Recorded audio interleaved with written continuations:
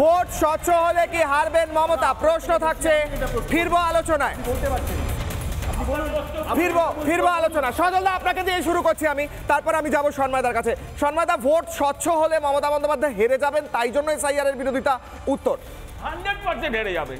আপনি আমায় বলুন না, দিল্লিতে সন্ময়দা আসছি, সজলদার পর আপনার কাছে। দিল্লিতে কালকে একটা বিল পাস হয়েছে, দিল্লিতে একটা বিল পাস হয়েছে যে কোনো নেতা মন্ত্রী সে যদি 30 দিনের বেশি থাকে তাহলে তার মন্ত্রিত্ব চলে যাবে। সারা ভারতবর্ষে এই মুহূর্তে রাজ্য কেন্দ্র মিললে বিজেপির ধারে কাছে অন্য কোনো রাজনৈতিক দল নেই যাদের মন্ত্রিত্বের সংখ্যা, কারণ আমরা বোধহয় 20-21টা রাজ্যে আমাদের সরকার চলছে। আপনি বলুন তো, সেখানে মমতা ব্যানার্জি কেন লাফাচ্ছে? কারণ মমতা ব্যানার্জি জানে এই আইনটা বোধহয় ওর জন্যই তৈরি হচ্ছে। উনি ভাবছেন যে এই আইনটা আমাকে জেলে ভরার জন্যই হচ্ছে। এটা ওনার ধারণা।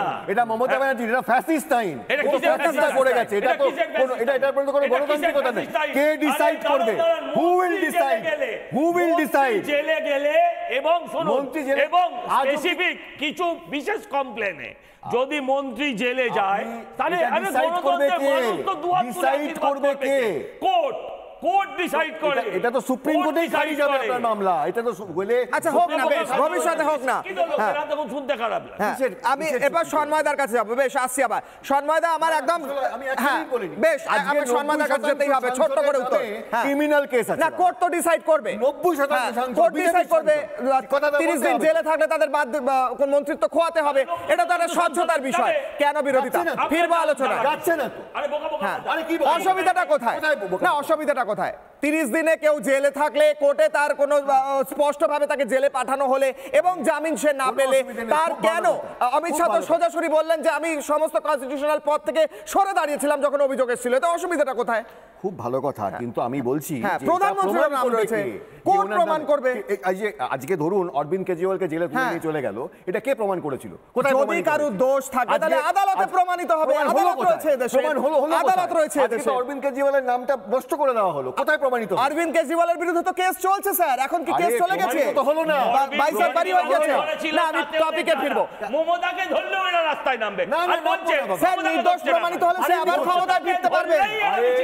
নির্দোষ প্রমাণিত হলে সে আবার মন্ত্রিত্ব পেতে পারবেন।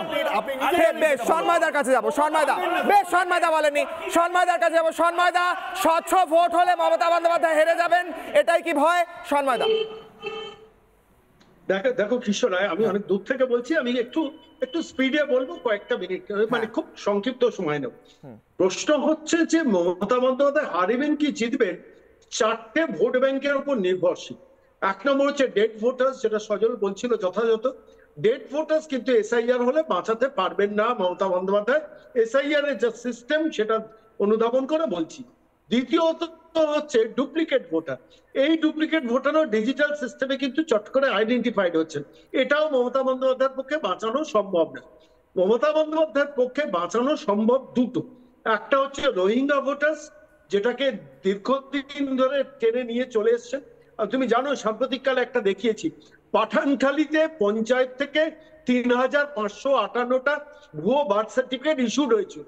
3558টা একটা পঞ্চায়েত থেকে। এইগুলোকে মমতা বন্দ্যোপাধ্যায় এই জাতীয় ভুয়ো বার্থ সার্টিফিকেট, ভুয়ো ভোটার কার্ড, এইগুলোকে যদি বাঁচাতে পারেন, এটা একটা দিক, মানে যেটা রোহিঙ্গাদের বাঁচানো, এটা রোহিঙ্গাদের বাঁচানো। আর 2 নম্বর হচ্ছে বাংলার বাইরে থেকে পরিযায়ী বাঙালি যারা 15 বছর ধরে বাংলার বাইরে রয়েছেন, তাদের ওই 5000 টাকা দেবো, তুমি নামটা তুলে দিয়ে আবার চলে যাও, ওই ভোটার কার্ডটা আমার কাছে থাকবে, আমার ছেলেরা ভোট দেবে। এই দুটো জায়গায় মমতার বাঁচার কিন্তু সামান্য স্কোপ আছে। আমি বলছি এই দুটোর যদি একটাও চলে যায়, মমতা বন্দ্যোপাধ্যায় কিন্তু এই নির্বাচনে হারবে নিশ্চিতভাবে, লিখে রাখো। তার কারণ মমতা বন্দ্যোপাধ্যায় নিজেই সেই প্যানিকটা হয়ে গেছেন। ব্ল্যাক ডে, হিটলার্স ডে বলছেন না। আমি শেষ করবো একটা কথা বলে, গতকাল যে বিলটা এসছে, অ্যামেন্ডমেন্ট বিলটা আছে না, এসছে, আমার সঙ্গে সবার হয়তো মতে ডিফার করবে। এই বিলটাতে কিচ্ছু নেই। আমি আবার বলছি, বিলটাতে কিচ্ছু নেই। 30তম দিনের পর 31তম দিনে আপনি মন্ত্রী থাকতে পারবেন না। অরবিন্দ কেজরিওয়াল 176 দিন ছিলেন, পার্থ চট্টোপাধ্যায় 5 দিন ছিলেন, আর জ্যোতিপ্রিয় মল্লিক 105 দিন ছিলেন। এই 105 দিনের বদলে 31 দিন হবে। তিনি জেল থেকে বেরিয়ে এলে আবার মন্ত্রী হতে পারবেন। যদি মুখ্যমন্ত্রী চান বা প্রধানমন্ত্রী চান, মন্ত্রী হতে পারবেন। তো তাহলে বিরোধীদের এত ভয় কেন? আসলে ভয়টা অন্য জায়গায়। ভয়টা আসলে স্পেশাল ইনভেস্টিগেটিভ ডিভিশন। এই এসআইআরটা হলে স্বাভাবিকভাবে তার যে প্যানিক এফেক্টটা, সেই প্যানিক এফেক্টে কিন্তু এই বিলটা এই সংসদে পেশ হওয়ার পরই সেটা কিন্তু রিফ্লেক্টেড হলো রাহুল গান্ধী থেকে মমতা বন্দ্যোপাধ্যায় সবার। নানা ধরনের কন্টেন্ট দেখার জন্য লাইক করুন, শেয়ার করুন আমাদের ফেসবুক পেজ, সাবস্ক্রাইব করুন আমাদের ইউটিউব চ্যানেল।